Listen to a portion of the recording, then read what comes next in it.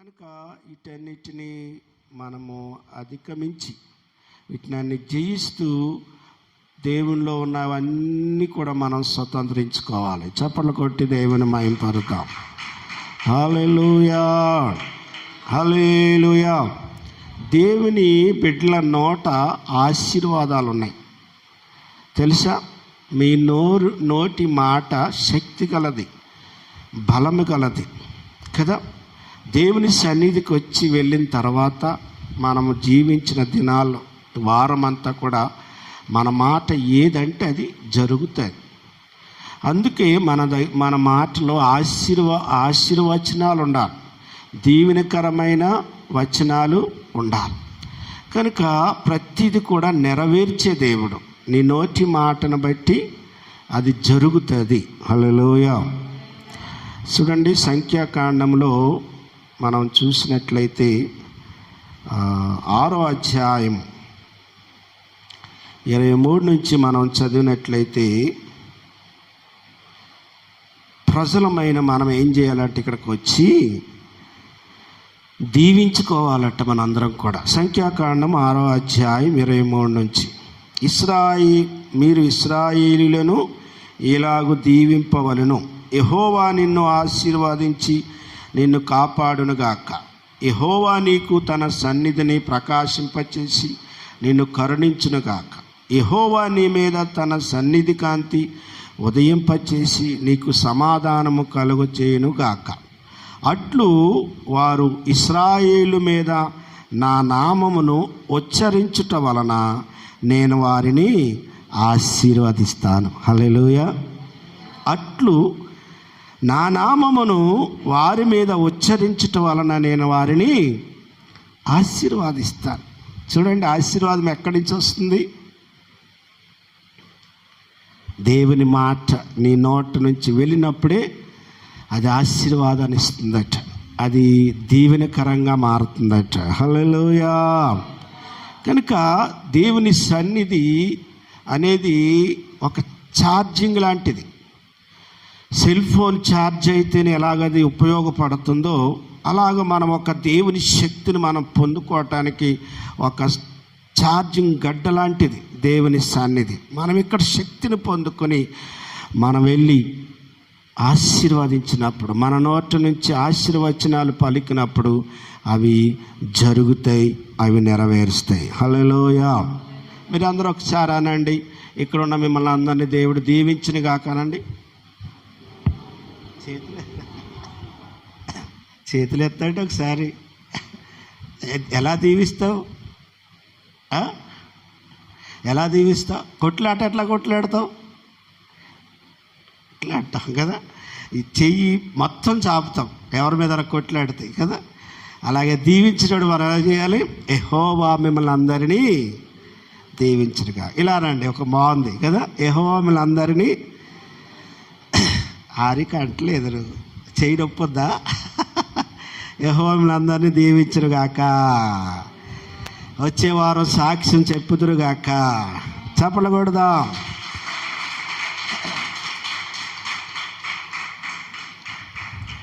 ఇదండి దేవుని సన్నిధిలో ఉన్నది. ఇది మనం ఎక్కడికో పరిగెడతాం, ఏమేమో చేస్తాం దీని కొరకు.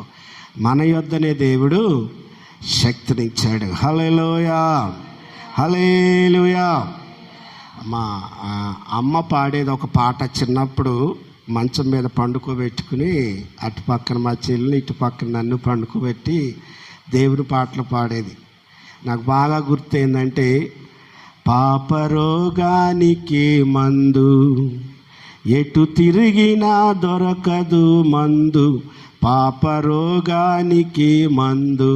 పాపరోగానికి మందు ఎక్కడ దొరుకుతుందండి? ఎక్కడ దొరకదు. ఎక్కడ దొరుకుతుంది? సన్నిధిలో. హల్లెలూయా. మీరు ఎవరు పాపాలు క్షమిస్తారో వారి పాపాలని క్షమిస్తానంటున్నాడు. పాపములు క్షమించే మందు దొరికే స్థలం ఏంటంటే దేవుని మందిరం. హల్లెలూయా, హల్లెలూయా. కనుక మందు దొరికే స్థలం ఇది. ఈ స్థలాన్ని మరి గడపకుండా కొన్ని పరిస్థితులు మనల్ని ఆపుతూ ఉన్నాయి. మనము చాలా ప్రార్థన చేయవలసిన వారమై ఉన్నాం. ఇది ముఖ్యంగా ప్రజల యొక్క పాపములు, లోక పాపములు, ప్రజల్లో ఉన్న రుగ్మత బట్టి ఈ తెగులు ఆవరించి ఉంది. కనుక నీవు నేను ఈ ప్రజల పాపాలని, ఈ లోక పాపాలని క్షమించు ప్రభు అని దేవుని అడగాలి. హల్లెలూయా. మనము క్షమించమని అడిగితే దేవుడు క్షమిస్తాడు, ఆ తెగుల నుండి ఆపుతాడు. హల్లెలూయా, హల్లెలూయా. కనుక ఈ రోజున వింటూ ఉన్నాం, మందులు లేవు, దానికి సరైన వైద్యము లేదు, ఏదో పెట్టి వారిని అలాగలాగా ధైర్యపరుస్తున్నారు తప్ప సరైన మందు హాస్పిటల్స్లో దొరకటం లేదు. కనుక ఈ రోజున దేవుని సన్నిధిలో మనందరము కూడా ప్రార్థన చేసి ఈ తెగులు ఆపు ప్రభువా, ఈ వైరస్ ఆపు ప్రభువా అని మనము దేవుని అడగా బద్దులమై ఉన్నాము. కనుక అలా అడుగుతూ దేవునిలో ముందుకు సాగుదాం. వాక్య ధ్యానంలోనికి వెళ్దాం. మనందరికీ చాలా పరిచయమైన వాక్యం, ఎప్పుడు కూడా మనము మాట్లాడుకునే వాక్యం. యెహోవా ధర్మశాస్త్రమునందు ఆనందించుచు దివారాత్రము దాన్ని ధ్యానించువాడు ధన్యుడు. ఎక్కడుంది ఈ మాట?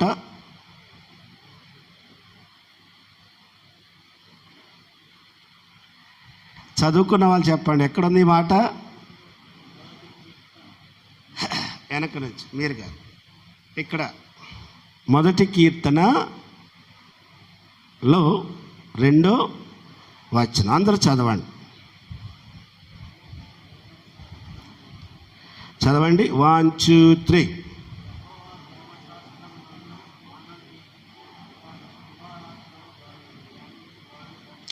ధన్యుడు. నాతో చెప్పండి, యెహోవా ధర్మశాస్త్రమునందు ఆనందించుచు దివారాత్రము దానిని ధ్యానించువాడు ధన్యుడు, ధన్యుడు. దేవుని బిడ్డలారా, ధర్మశాస్త్రము అనే మాట మనం చూస్తూ ఉంటున్నాం. అంటే దేవుని యొక్క వాక్యము. ఈ వాక్యము దేవుని సన్నిధిలో మనము కలిగి ఉన్నాం. ఈ వాక్యాన్ని మనము ఈ రోజున కలిగి ఉన్నాం. ఇదే వాక్యం చెప్పండి, ఎప్పటి వరకు ఉండే వాక్యం ఇది? నిరంతరం ఉండే వాక్యం. కాలములు గతించినను సమయము గతించినా కూడా ఈ నా మాటలు ఎన్నడూ కూడా గతించం. ఇంకొకటి మనం చూసినట్లయితే ఈ వాక్యములో ఏముంది?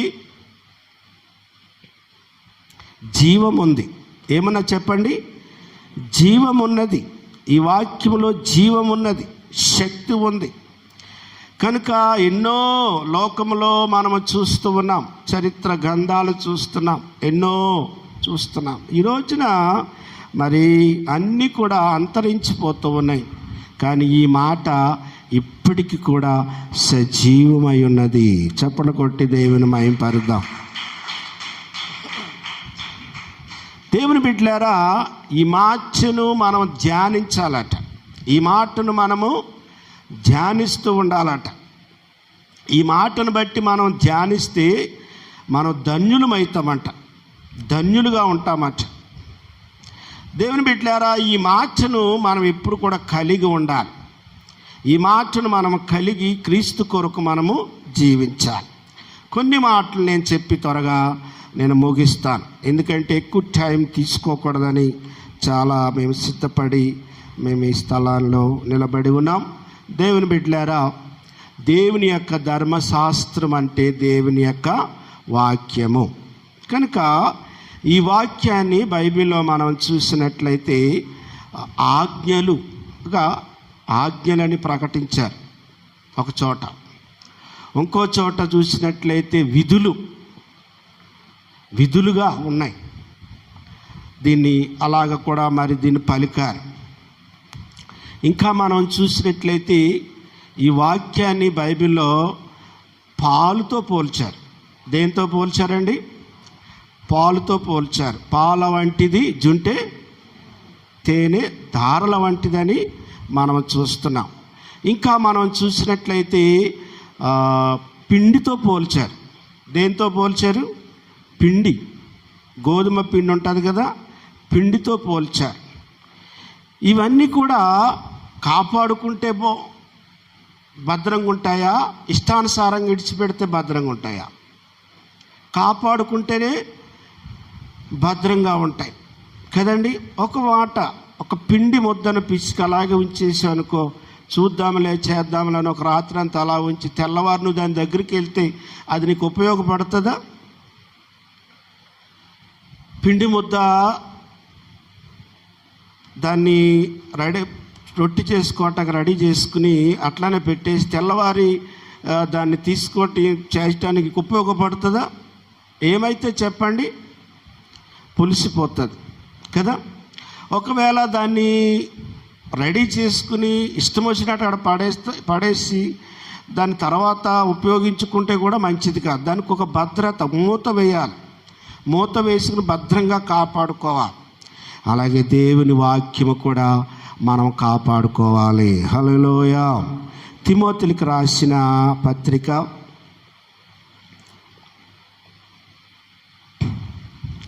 తిమోతికి రాసిన 2వ పత్రిక 1వ అధ్యాయము 14వ వచనం.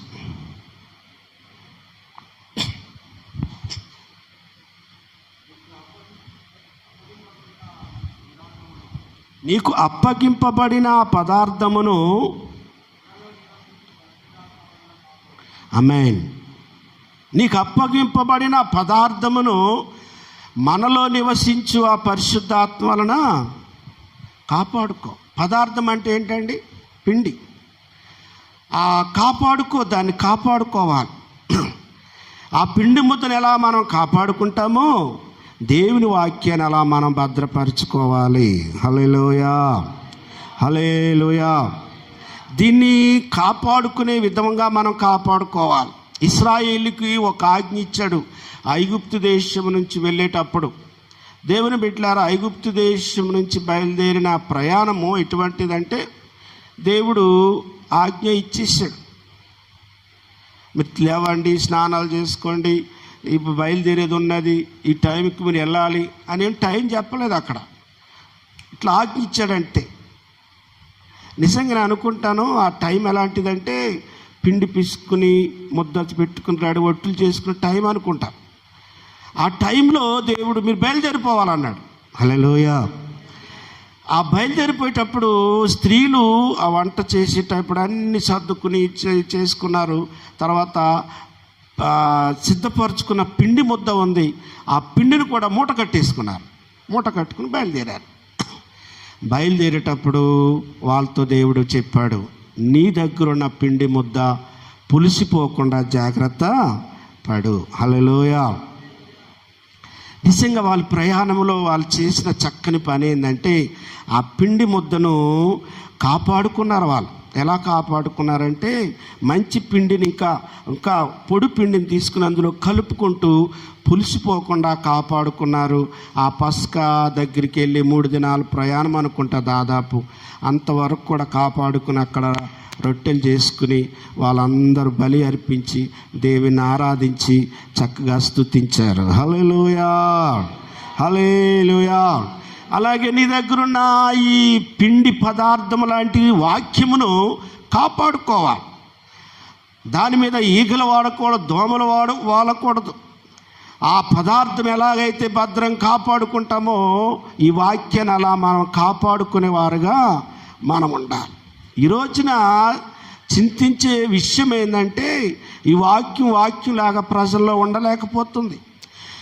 ఈ వాక్యం లేక అది భద్రంగా ఉండలేకపోతుంది, దానికి విలువ లేకుండా అయిపోతుంది. కనుక అది జాగ్రత్తగా కాపాడుకోవాలి. నేను అంటాను ఇది మంచి పదార్థం. నీలో కోపము, ద్వేషము, అసూయ, ఇంకా వేరే దేవునికి ఆయాసకరమైన నీలో ఉన్నాయనుకోండి, ఈ పదార్థం కూడా నీలో ఉంది. వాక్యం అనే పదార్థం కూడా నీలో ఉంది. ఇప్పుడు నేను ఈ పదార్థానికి అంటుకుంటే ఏమవుతుంది? ఈ మంచిది ఏమైపోతుంది? కదా. మంచిది ఏమవుతుంది? పులిసిన పిండి కొంచెం ఉంటే ముద్దంతా కూడా పులిసిపోతుంది. కనుక ఈ కొంచెం వచ్చి దీన్ని తాకితే ఇదంతా కూడా పులిసిపోతుంది. ఈ రోజున వాక్యం అనేది మనుషుల్లో పాడైపోతుంది. ఏదో ఉన్నదంటే ఉన్నదన్నట్టుగా ఆ వాక్యం అలాగే ఉంటుంది, కానీ దానికి సారం ఉండలేదు, శక్తి ఉండలేదు. దానికి తగ్గట్టు ఆ మనుషుల్లో ఉన్న జీవితము బలముగా కనపడటం లేదు. కనుక ఆ పిండి పదార్థాన్ని కాపాడుకున్నట్టు మనం కాపాడుకోవాలి. హల్లెలూయా, హల్లెలూయా. సంగమా, దేవుని బిడ్డలారా, ఈ వాక్యము అటువంటిదై ఉన్నది. మరొక మాట మనం చూసినట్లయితే పాల వంటిది అంటున్నాడు. పాలను కూడా ఎంత భద్రం కాపాడుకుంటాం, పాలు పట్టే పాత్రను ఎంత జాగ్రత్తగా మనం కాపాడుకుంటాం. ఇష్టం వచ్చినట్టుగా వెళ్ళి పాలైన వస్తే పాలు పడతామా? దాన్ని కడుగుతాం, శుభ్రం చేసుకుంటాం పాత్రని, దాన్ని చక్కగా పడతాం. దానికి ఏది ముట్టకుండా చూస్తాం, ఏది అంటకుండా చూస్తాం. పొరపాటున ఏదైనా కొంచెం దానికి తగిలిందనుకో, దాంట్లో పడ్డదనుకో, పాలన ఏమైతాయి? పాడైపోతాయి కదండి, చాలా పాడైపోతాయి. కనుక ఆ పాలను కాపాడినట్టుగా దేవుని వాక్యం మనం కాపాడుకోవాలి. హల్లెలూయా, హల్లెలూయా. ఇప్పుడు మా పాప పెళ్ళి అయినాక మా సెక్షన్ అంతా మారిపోయింది. వంట సెక్షన్, వంట రూమ్ సెక్షన్ అంతా కూడా మారిపోయింది. సన్నీ లేదా నేను ఎవరో ఒకరు వంట చేయాలి కదా. మాకు ఈ పాలు సంగతి సరిగా తెలవలేదు కొన్ని రోజుల వరకు.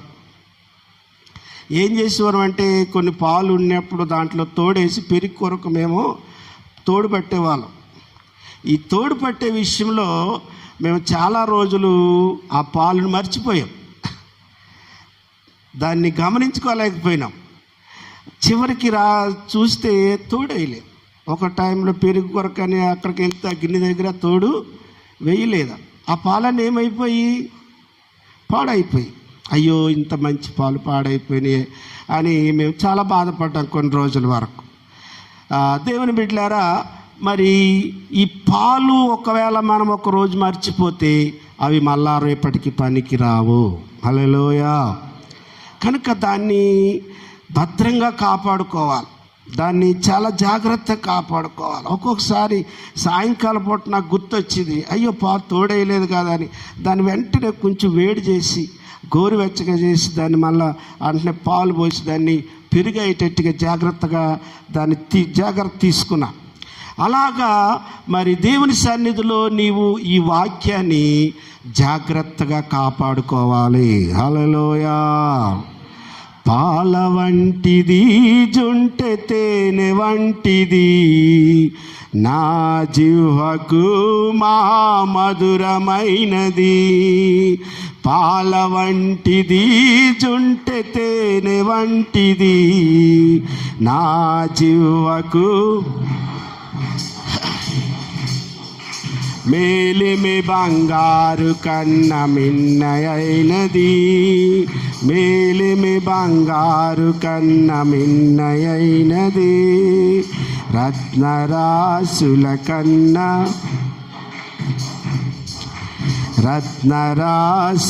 కన్నా కోరదగినది.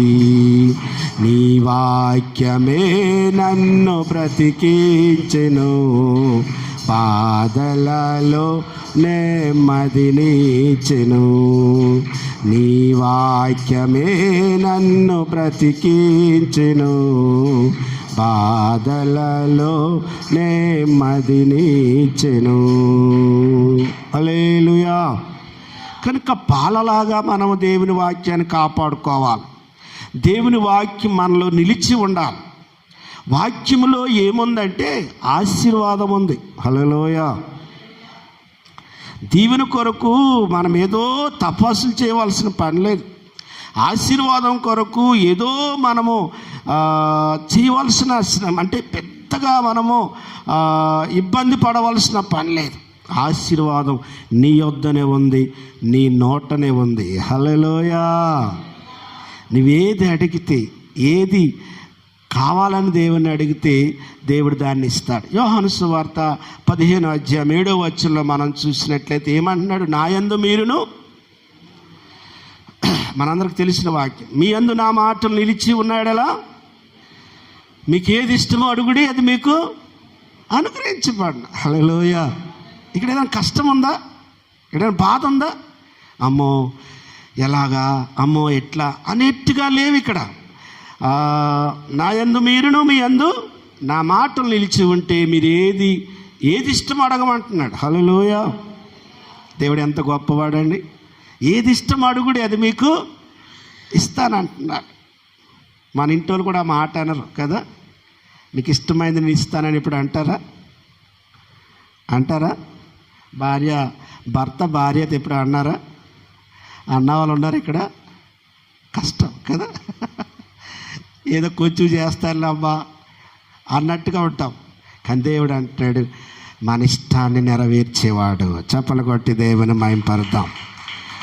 ఓన్లీ వాక్యం, దేవుని మాట నీ నోట ఉన్నప్పుడు నువ్వు అడిగితే సమస్తము దేవుడు చేస్తాడు. హల్లెలూయా. నీ వాక్యం నిలిచి ఉంటే సమస్తాన్ని దేవుడు నీకు జరిగిస్తాడు. కనుక వాక్యంలో అంత విలువ ఉంది. ఈ వాక్యం పులిసిపోయేటట్టుగా, పిండి ముద్దలాగా, పాలు కాస్త ఇరిగిపోయే పాలులాగా, పనికిరాని పాలులాగా నువ్వు ఉంచుకున్నావు అనుకో, అక్కడ నీకు ఏది కూడా ఉపయోగము ఉండదు. భద్రపరచుకోవాలి, దానికి ఏది అంటకుండా, ఏది ముట్టకుండా కాపాడుకోవాలి. ఆ వాక్యపు విలువ నువ్వు గ్రహించి దాన్ని కాపాడుకుంటే దేవుని యొక్క ఆశీర్వాదాలు వెంట వస్తాయి. హల్లెలూయా. కష్టముతో మనకి దేవుడు ఆశీర్వాదాన్ని ఇవ్వడు, సులువుగా ఇస్తాడు దేవుడు ఆశీర్వాదాన్ని. దేవుడు ఆశీర్వాదాన్ని ఇవ్వటానికి సిద్ధంగా ఉన్నాడు. నువ్వు వాక్యాన్ని భద్రపరచుకుంటే, ఈ వాక్యాన్ని కాపాడుకుంటే దేవుడు నీకు సమస్తమును అనుగ్రహిస్తాడు. హల్లెలూయా. రెండవది, నీ వాక్యం వలన నువ్వు జయ జీవితాన్ని జీవిస్తావు. ఏ జీవితాన్ని జీవిస్తావండి? జయ జీవితాన్ని జీవిస్తావు. అపజయం నీకు ఉండదు, విజయమే నీకు ఉంటుంది. ఎక్కడ కూడా ఓటమి అనేది ఉండదు. దాన్ని జయించడానికి తగిన శక్తిని ఇస్తాడు, ఆలోచన ఇస్తాడు, ధైర్యాన్ని ఇస్తాడు, నడిపిస్తాడు. హల్లెలూయా. ఇశ్రాయేలులు ఐగుప్తు దేశం నుంచి వెళ్ళిన తర్వాత వాళ్ళు ఒక ప్రాంతానికి వెళ్ళారు. ఆ ప్రాంతంలో నేను అనుకుంటా, చూడండి ఆ మాటలు చదువుదాం. సంఖ్యాకాండం 1 అధ్యాయము 1 వచనాలు.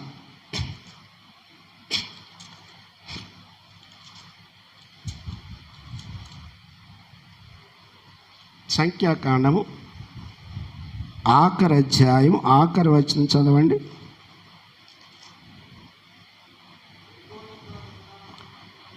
యెరికో యొద్ద యోర్దానుకు సమీపమైన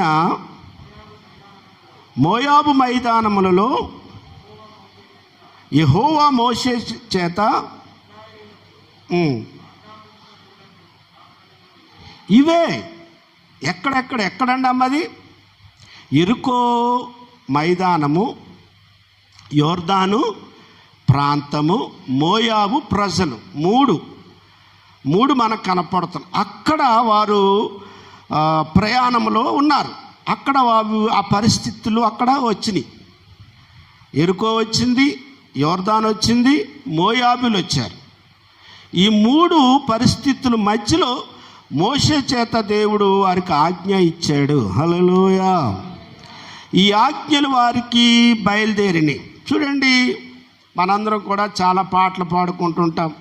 యెరికో గోడలైనా అవి యోర్దానైనా ఏమైపోతున్నాయి? అవి పాయలైపోయినాయని మనము పాడుకుంటుంటాం. చూడండి,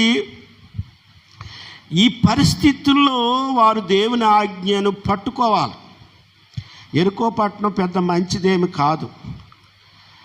వాళ్ళెవరు కూడా యెరికో పట్టణానికి దగ్గరికి రానిచ్చేవారు కాదు. వాళ్ళు భయంకరమైన పరిస్థితుల్లో ఉన్నారు. వాళ్ళు యోర్దాను కూడా దాటనివ్వకుండా ఎగువ నుంచి దిగువకు పారుతుందంట. అది ఎగువ నుంచి దిగువకు పారే యోర్దాన్. అది వాళ్ళు దాటాలి. అది ఇప్పుడు మోయాబీలు, ఇక్కడ ప్రజలు మోయాబీలు. వీళ్ళు ఎప్పుడు యుద్ధం దాడి చేస్తారో తెలియని పరిస్థితులు, భయంగా గడుపుతున్నారు అక్కడ. కనుక అటువంటి పరిస్థితుల్లో దేవుని వాక్కులు వారికి బయలుదేరినాయి. హల్లెలూయా. ఈ పరిస్థితిని ఎదుర్కోవాలంటే ఆజ్ఞని పట్టుకోవాలి వీళ్ళు. ఆజ్ఞనగా వాక్యం, ధర్మశాస్త్రం. ఈ ధర్మశాస్త్రమును పట్టుకోవాలి. అమ్మో భయము, అమ్మో ఏమవుతుందో, ఇది జయించగలమా, ఇది మేము దాటగలమా అనే పరిస్థితుల్లో ఉంటే ఏది చేయలేరు. అలాంటి పరిస్థితుల్లో వారు దేవుని మీద ఆనుకున్నారు. హల్లెలూయా. దేవుని మీద ఆధారపడినారు. దేవుని బిడ్డలారా, ఏం జరిగింది? ఎరికో గోడలు కూలిపోయినాయి. చప్పలు కొట్టి దేవుని మహిమపరుద్దాం. హల్లెలూయా. యోర్దాను నది ఎగువ నుంచి పారుతున్న నీళ్లు ఏకరాశిగా ఆగిపోయినాయట. ఎక్కడ విన్నామా ఈ మాటలు? మేము చదువుకున్న రోజుల్లో ఒక పద్యం ఉండేది. నీరు పల్లం ఎరుగును, నిజము దేవుడు ఎరుగుననుండే. నీళ్లు ఏం చేస్తే పల్లమును ఎరుగుతాయి కదండి. ఈ పల్లంకి వచ్చే నీరు ఆపలేం, మనం ఆపలేం. అది ఎప్పుడు ప్రవహిస్తూనే వెళ్ళిపోతూ ఉంటుంది. ఆ యోర్దాను నది కూడా అటువంటిది. అలాంటిది ఎగువ నుంచి వస్తున్న నీరు గోడలాగా నిలిచిపోయినాయట. హల్లెలూయా. ఆరిన నేలలో నడిచారు వాళ్ళు. ఆ యోర్దాను నదిని దాటారు. ఇప్పుడు ఈ వాక్యాన్ని, ఈ విధులను, ఈ ఆజ్ఞలు పట్టుకున్నప్పుడు అవన్నీ కూడా జయించగలిగారు. హల్లెలూయా. ఈరోజున దేవుని బిడ్డలారా, నీకు కరోనా అనే యోర్దాన్ని ముందుందేమో. ఇదిగో ఆర్థికమైన సమస్యలనే ఎరుకో గోడలాగా నీ ముందు అవి తాండవమాడుతున్నాయేమో. పరిస్థితులు నిన్ను భయపెడుతున్నాయేమో.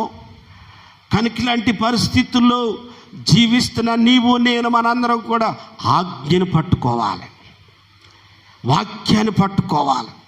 ఆ సమయానికి కావలసిన వాక్కును మనం పట్టుకుని దేవుని వైపు మనం నిలబడినప్పుడు అవన్నీ ముందు మటుమాయమైపోతాయి. హల్లెలూయా.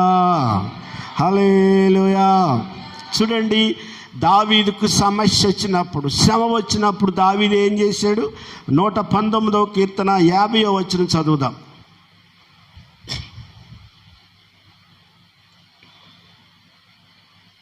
119వ కీర్తన 50వ వచనం.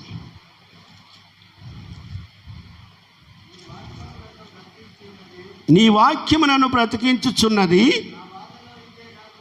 బాధలో నెమ్మది, ఇదే నాకు నెమ్మది కలిగిస్తుంది. హల్లెలూయా. హల్లెలూయా. బాధలో నెమ్మదిస్తుందండి. నీ బాధను తీర్చేది ఎవరు తీర్చలేరు, ఏది కూడా తీర్చలేదు. అలాంటి పరిస్థితుల్లో వాక్యము నిన్ను నెమ్మదినిస్తుందట. దావీదు ఒక మహారాజు, అప్పుడు ఒక రాజు. డబ్బులో తక్కువ లేదు, బలగంలో తక్కువ లేదు, ఆయనకి ఏది కూడా తక్కువ లేదు అక్కడ. కానీ ఆయనకి బాధ వచ్చినప్పుడు వాక్యాన్ని వెంబడించాడు. హల్లెలూయా. హల్లెలూయా. లోకంలో ఒక సామెత ఉంది, ఎంత చెట్టుకు అంతే గాలి అంటారు కదా. రాజుకు తగ్గట్టుకు రాజుకు శ్రమలు వచ్చినాయి, బాధలు వచ్చినాయి. ఆయనకి తగ్గట్టుగా ఆయనకి బాధలు ఉన్నాయి. అలాగని డబ్బుతోనూ బలంతోనూ దాంతోనూ జయించడానికి ప్రయత్నం చేయలేదు ఆయన. ఆయన కలిగి ఉన్న దేవుని యొద్దకు వచ్చాడు. హల్లెలూయా. ఆ వాక్యం దగ్గరికి తను దిగి వచ్చి మోకరించి ప్రార్థన చేసుకున్నాడు. నెమ్మది కలిగిందంట. హల్లెలూయా. నువ్వే బాధలో ఉన్నావో సహోదరి సోదరుడా, ఏ సమస్యలో ఉన్నావో, ఏ ఇబ్బందుల్లో ఉన్నావో, సమస్తము దేవుడు ఎరిగిన వాడై ఉన్నాడు. నీ బాధ నుండి దేవుడు నీకు విడుదల ఇవ్వబోతున్నాడు. హల్లెలూయా. నీ ప్రతి బాధను, ప్రతి చింతను దేవుడు తొలగించబోతూ ఉన్నాడు. ఆ వాక్యం దగ్గరికి వచ్చినప్పుడు, ఆ వాక్యకు విలువను నువ్వు గైకొని దాన్ని పట్టుకున్నప్పుడు దేవుడు సమస్తము నీకు జయమును అనుగ్రహిస్తాడు. హల్లెలూయా. మనకి రోజున దేవుని వాక్యాన్ని మనం పట్టుకుని మన మీద రిద్దాం. ఈ లోకం ఒక శ్రమలతో కూడిన జీవితం ఇది. ఈ ప్రయాణమే ఒక శ్రమలతో కూడింది. ఇది యోర్దాన్లు వస్తాయి, ఎరుకో లాంటివి వస్తాయి, మోయాబు లాంటి వారు మనకు ఎదురవుతూ ఉంటారు, అనేకమైన పరిస్థితులు వస్తూ ఉంటాయి. వీటన్నిటి గుండా మనము జయిస్తూ నడవాలంటే వాక్యాన్ని ఎత్తి చూపాలి. హల్లెలూయా. వాక్యాన్ని పట్టుకోవాలి. కనుక ఆ వాక్యాన్ని పట్టుకుని మనం నడిచినప్పుడు అద్భుతమైన కార్యాలు నీకు చేసి జై జీవితాన్ని దేవుడు నీకు అనుగ్రహిస్తాడు. జై జీవితాన్ని దేవుడు నీకు దయచేస్తాడు. హల్లెలూయా, హల్లెలూయా. మరొక మాటను మనం ధ్యానం చేసుకుందాం. ఈ క్రైస్తవ జీవితం, దేవునిలో ఉన్న జీవితము ఒక ప్రయాణం లాంటిది. ఏం చెప్పండి? ఒక ప్రయాణం లాంటిది.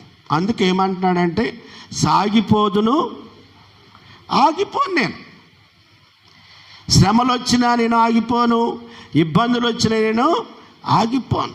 అందుకే భక్తులు పాడుతూ ఉన్నారు. ఏం పాట? ఏమంటున్నారు? జలములలోని వెళ్ళినా అవి నన్ను ముంచలేవు, అగ్నిలో నేను పడినా అవి నన్ను కాల్చలేవు. హల్లెలూయా. కనుక నీవు ఈ ప్రయాణంలో నిన్నేది కూడా నిన్ను బలహీనపరచలేదు, నిన్నేది కూడా నిన్ను జయించలేదు. కనుక దేవుని సన్నిధిలో ఉన్నప్పుడు అన్నిటి మీద దేవుడు నీకు విజయమనిస్తాడు, దేవునిలో నీకు బలమనిస్తాడు. హల్లెలూయా. కనుక ఈ ప్రయాణం అనేది మనలో, ఈ ప్రయాణం మనకు దేవుడికి కావాల్సింది ఏంటంటే పరిశుద్ధత. ఏం చెప్పండి? పరిశుద్ధత కావాలి, పవిత్రత కావాలి. ఆ దేవునికి కావాల్సిన జీవితము ప్రయాణంలో మనం జీవించాలి. ఈ ప్రయాణంలో మనం జీవిస్తూ వెళ్ళాలి. అపవిత్రత మనలో రాకూడదు. ఒక్కొక్క సమయంలో ఎజ్రా కాలంలో జరిగిన సంఘటన ఏంటంటే, ఒక లిస్టు తయారు చేశారు. వారు ప్రయాణం చేస్తూ ఉన్నప్పుడు ఒక లిస్టు తయారు చేశారు. ఆ లిస్టు తయారు చేసినప్పుడు కొంతమంది అందులో అపవిత్రులు అయిపోయారట, కొంతమంది పవిత్రులుగా ఉండగలిగారట. నేను ఆ విషయాన్ని చదువుతున్నప్పుడు నాకు చాలా ఆశ్చర్యాన్ని కలిగించిన ఒక మాట ఉన్నచ్చు. ఎజ్రా గ్రంథము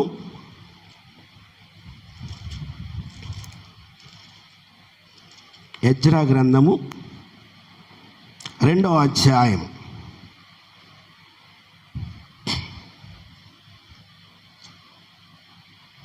ఎజ్రా గ్రంథం 2వ అధ్యాయము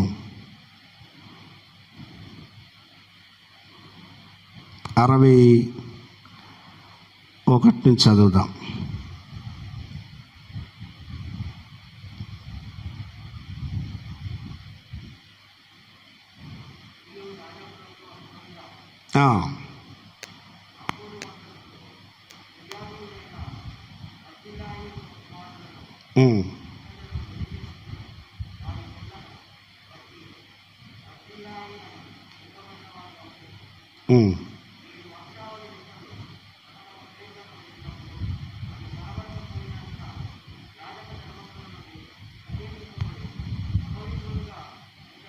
అపవిత్రులుగా ఎంచబడిరి.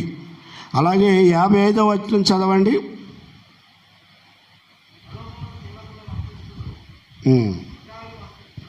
చాలు, చాలా జాగ్రత్తగా వినాలి. ఇక్కడ ప్రయాణం చేస్తూ ఉన్నప్పుడు ఒక లిస్టు తయారు చేస్తే అందులో కొంతమంది అపవిత్రులుగా ఎంచబడ్డారట. అపవిత్రులుగా ఎంచబడ్డారట. దేవుని బిడ్డలారా, దేవుని యొక్క సన్నిధిలో ఈ ప్రయాణం చేస్తూ ఉన్నప్పుడు ఎక్కడ కూడా మనము అపవిత్రత చోటు చేసుకోకుండా, పాపముకు చోటు ఇవ్వకుండా మనము జాగ్రత్త పడాలి. మన ప్రయాణాన్ని కొనసాగించాలి. హల్లెలూయా. ఇక్కడ చూడండి, సొలొమోను సేవకులు అని రాయబడి ఉంది. ఎవరట వాళ్ళు? సొలొమోను సేవకులు. పవిత్రుల లిస్టులోకి వచ్చారు వాళ్ళు. సొలొమోను పవిత్ర లిస్టులోకి రాలేదు. సొలొమోనును తన సేవకులను అని రాయలేదు అక్కడ. సొలొమోను సేవకులు అని ఉన్నది. సొలొమోను సేవకులు పవిత్ర లిస్టులోకి వచ్చారట, సొలొమోను అపవిత్ర లిస్టులోకి వచ్చాడట. దేవుని బిడ్డలారా, చూడండి, ఈయన ప్రారంభం చాలా గొప్పది. దేవుని సన్నిధిలో గొప్ప జ్ఞానవంతుడిగా ఉన్నాడు, బలవంతుడిగా ఉన్నాడు. కానీ ముగింపు వచ్చినప్పటికీ దేవునికి దూరం అయిపోయాడు, దేవునికి భ్రష్టుడైపోయాడు, దేవునికి అపవిత్రుడిగా జీవిస్తూ వచ్చాడు. అందుకే పవిత్రుల లిస్టులో వారి పేరు లేకుండా అయిపోయింది. నేను చాలా బాధపడ్డాను. ఈరోజుకి యవనస్తులు ఆయన రాసిన జ్ఞాన గ్రంథాలు చదువుకుని జీవితాలు కట్టుకుంటున్నారు, బలముగా ఉంటున్నారు. కానీ ఆయన జీవితం చూస్తే అపవిత్ర లిస్టులోకి వెళ్ళిపోయింది. సొలొమోను సేవకులు, నేను అనుకుంటా, ఆయనతో నడిచి నడిచి నడిచి నడిచి కొంత తర్వాత ఆయన జీవితం కొంచెం తేడాగా కనపడితే వాళ్ళు ఆయనతో నడవకుండా, ఈయనేదో కొంచెం తేడాగా ఉన్నాడు, ఈయన మాట తీరు ప్రవర్తన ఇంతకు ముందులాగా లేదు అని ఏం చేశారంటే, వీళ్ళు నడిచే త్రోవను ఆయనతో ప్రక్కగా తొలగకుండా తిన్నగా నడిచి వెళ్ళిపోయారు. హల్లెలూయా. అందుకు వారు పవిత్ర లిస్టులోకి వచ్చేసారు. సొలొమోను అపవిత్ర లిస్టులో లెక్కించబడిపోయాడు. దేవుని బిడ్డలారా, ఈ రోజున మన ప్రయాణంలో సాగుతూ ఉన్నప్పుడు ఎక్కడ కూడా మనము అపవిత్రతను చోటివ్వకుండా మనం ప్రయాణం చేయాలి. ఈ క్రైస్తవ జీవితమే ఒక శ్రమలతో కూడినది, ఒక ప్రయాణంతో కూడినది. ఇష్టం వచ్చినట్టుగా మన జీవితాన్ని గడుపుకుంటూ వెళ్ళుకుంటూ చేస్తూ వెళ్ళామనుకోండి, ఒక గడియ వస్తుంది, ఒక సమయం వస్తుంది. అప్పుడు ఎప్పుడు వస్తుందో మనకు తెలవదు. అప్పుడు నువ్వు దేవుని కొరకు నువ్వు ఎలా ఉంటున్నావు అనేది నీకు అక్కడ తెలుస్తుంది. అక్కడ దేవుడు సన్నిధిలో నీవు నిలబడే విధానం అక్కడ తెలియచేయబడుతుంది. అప్పుడు నువ్వు లబోదీప్ అంటే ఏమి లాభము లేదు. హల్లెలూయా. చూడండి దేవుని బిడ్డలారా, దేవుని రాకడ ఎప్పుడు వస్తుందో మనకు తెలవదు, మన గడి ఎప్పుడు మనకే తెలవదు. కనుక నువ్వు బ్రతుకు ప్రతి ఒక్కరు కూడా ఎలా ఉండాలంటే, ఈరోజు నాది కాదు, ఈరోజు నాది కాదు అని బ్రతకాలట. అప్పుడే భయంతో ఉండగలుగుతాం. నాకేంటి అని ఇలా మనం వెళ్ళామనుకోండి, మనం ఏమీ చేయలేము. హల్లెలూయా, హల్లెలూయా. కనుక వాక్యాన్ని నెరవేర్చటము విషయంలో కొంతమందికి కష్టతరంగా ఉంటుంది, ఇబ్బందిగా ఎంచుకుంటారు. అవ్వ కావాలి పువ్వ కావాలంటే నడవదు, అంతేనండి. ఉంటే అట్టన్నా ఉండు, లేదా ఇట్టన్నా ఉండు, వెచ్చగన్నా ఉండు, చల్లగానే ఉండు, కానీ ఇష్టానుసారంగా మాత్రం ఉండటానికి వీలు లేదు. నువ్వు ప్రయాణం చెయ్యి. దేవుని బిడ్డలారా, ఆ ప్రయాణం చేస్తూ చేస్తూ మనం ముందుకు వెళ్ళాలి. ఒక సమయంలో యేసుక్రీస్తు వారు ఇలాగే బోధిస్తూ ఉన్నప్పుడు చాలామంది శిష్యులు, దాదాపుగా 82 మంది శిష్యులు ఉండేవారు. ఆ బోధిస్తున్న మాటలు విని ఏమైపోయారు చూడండి వాళ్ళు. యోహాను సువార్త 6వ అధ్యాయం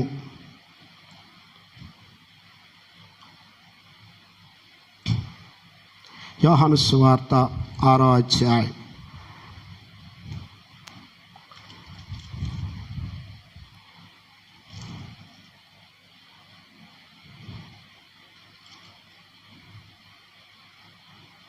ఆ 66వ వచనం చదువుదాం.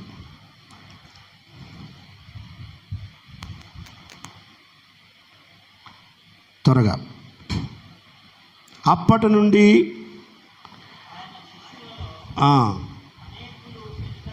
వెనక తీసి మరి ఎన్నడూను ఆయనను వెంబడింపలేదు. ఇంకేమంటున్నారు చూడండి వాళ్ళు.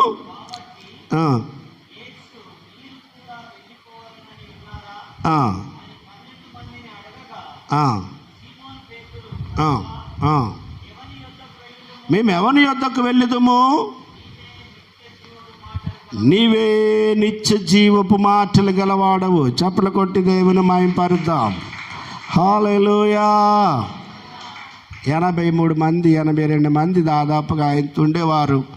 ఆయనతో ఉండి ఈ మాటలు చెప్తున్నప్పుడు ఈ మాటల ప్రకారంగా మేము జీవించటం కష్టము అనుకుని వెనక్కి తీసి వెళ్ళిపోయారట. ఎంతమంది మిగిలారు తెలుసా? 12 మంది మిగిలారు. 12 మందితో దేవుడు మాట్లాడుతున్నాడు. మీరు వెళ్ళిపోవాలనుకున్నారా? వెళ్ళండి అని అంటే పేతురు అంటున్నాడు, అయ్యా మేము ఎక్కడికి వెళ్ళాలి? మేము ఎక్కడికి వెళ్ళగలము? నీవే నిత్య జీవపు మాటలు గలవాడవు. హల్లెలూయా. నిజంగా దేవుని బిడ్డలారా, వారు దేవుని వెంబడించారు. దేవుని కొరకు జీవించటానికి తీర్మానం చేసుకున్నారు. కష్టమైన నష్టమైన నీ కొరకే మేము బ్రతుకుతామన్నారు.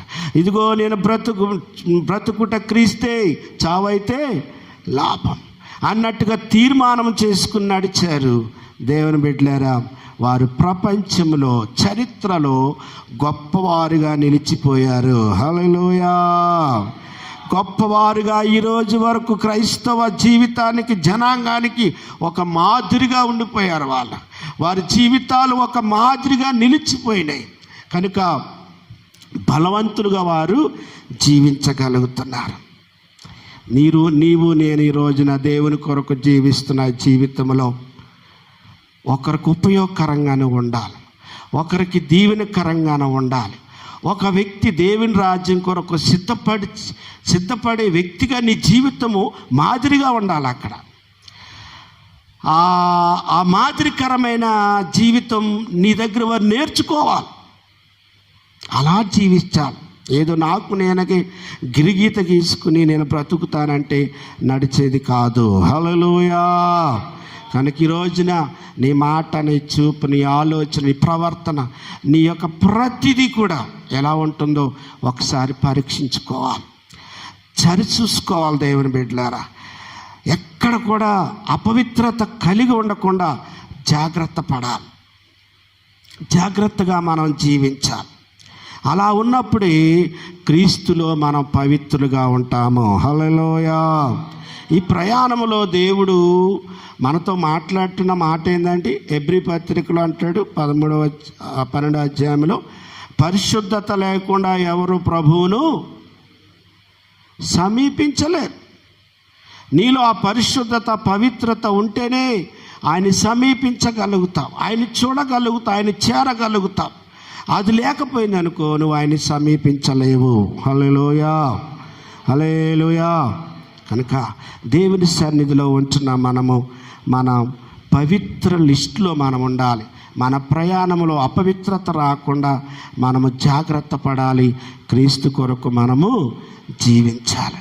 కనుక ఈ రోజున దేవుని బిడ్డలారా, ఈ వాక్యమును మనం ఎలా పట్టుకుంటున్నాం? యెహోవా మూలవాక్యం ఏంటి? యెహోవా ధర్మశాస్త్రమునందు ఆనందించుచు దివారాత్రములు దాన్ని ధ్యానించువాడు ధన్యుడు. ధ్యానించాలి, దాన్ని మాట్లాడాలి, ఎదుటి వారి దగ్గర పలకాలి. ఎలా ఉన్నారు ఏంటి అని మనం దాన్ని ఎక్కువగా ఉచ్చారణ చేయాలి. అప్పుడు దేవుని ఆ వాక్యపు శక్తిని కలిగి ఉండగలుగుతావు, గొప్ప కార్యాలు నీవు చూడగలుగుతావు. హల్లెలూయా, హల్లెలూయా. కనుక ప్రియ సంఘమా, దేవుని బిడ్డలారా, 2020 సంవత్సరాల క్రితం ప్రభు యేసుక్రీస్తు వారి లోకంలోనికి వచ్చి ఆ వాక్యమును నెరవేర్చి ఉన్నాడు. నేను ధర్మశాస్త్రమును కొట్టివేయటకు రాలేదు కానీ దాన్ని నెరవేర్చుటకు వచ్చానన్నాడు. ఆయనకి శ్రమలు రాలేదా, కష్టాలు రాలేదా? ధర్మశాస్త్రం పట్టుకుంటే వచ్చినాయి. తొలగిపోయాడా, తప్పిపోయాడా? నిలబడ్డాడు. క్రీస్తు కొరకు, దేవుని కొరకు నిలబడ్డాడు. ఏ స్థానమునైతే ఆయన దిగి వచ్చాడు, మరలా అదే స్థానంలో ఆయన చేర్చబడ్డాడు. ఆయన కూర్చున్నాడు, అదే మహిమను పొందుకోగలిగాడు. హల్లెలూయా, హల్లెలూయా. మనం ఈ లోకంలోకి వచ్చినాం, మళ్ళా మనం వెళ్ళాలి. వెళ్ళేటప్పుడు మనం ఎక్కడి నుంచి వచ్చాం అక్కడికి మనం వెళ్ళాలి. ఇంకొక తోవలోకి వెళ్ళకూడదు, మనం ఇంకొక మార్గంలోకి వెళ్ళకూడదు. ఆ అరుపులు ఏడుపులు ఉండే స్థలంలోకి మనం వెళ్ళకూడదు. నిత్యము సంతోషం ఉండే స్థలంలోనికి చేర్చబడాలి. చేర్చబడాలంటే ఆ పరిశుద్ధతను కలిగి నువ్వు జీవించాలి. హల్లెలూయా, హల్లెలూయా. కనుక ఈరోజున ధర్మశాస్త్రాన్ని నెరవేర్చడానికి తీర్మానం చేసుకుందాం. ధర్మశాస్త్రం కాపాడుకుందాం. ధర్మశాస్త్రాన్ని పట్టుకుని జీవితాన్ని జీవిద్దాం.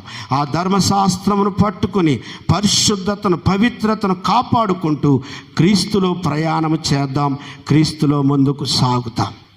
అలాంటి కృపా కాపుదల దేవుడు మనందరికీ దయచేయునుగాక. ఆమేన్. తల వంచి కాలు